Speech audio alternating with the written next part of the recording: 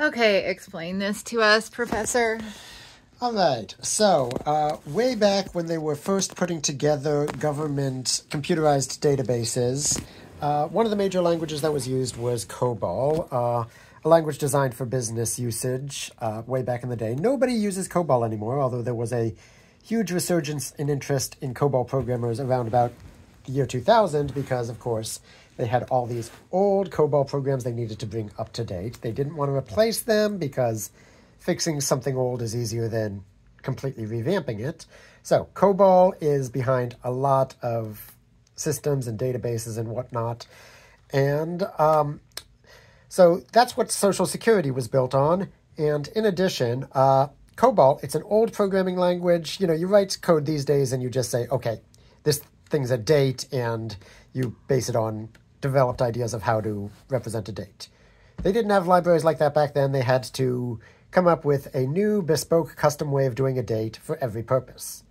So the way they decided to do it, presumably when they were spinning up the Social Security system, was to just record it as a number, which was the number of days since an arbitrary time in the past.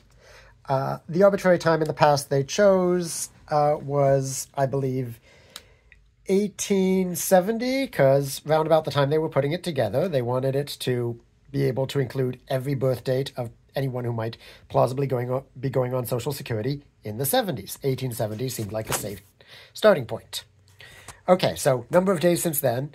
But of course, you know, there were people they didn't have data for. There are still people they don't have data on. There are people whose birth certificates have question marks on them and whatever, and you need to put them into the database. So what do? You put in a placeholder value. 0.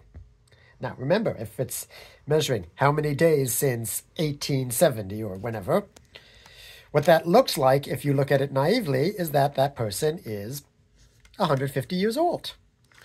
They aren't. They just have an unknown birth date, which was a placeholder value.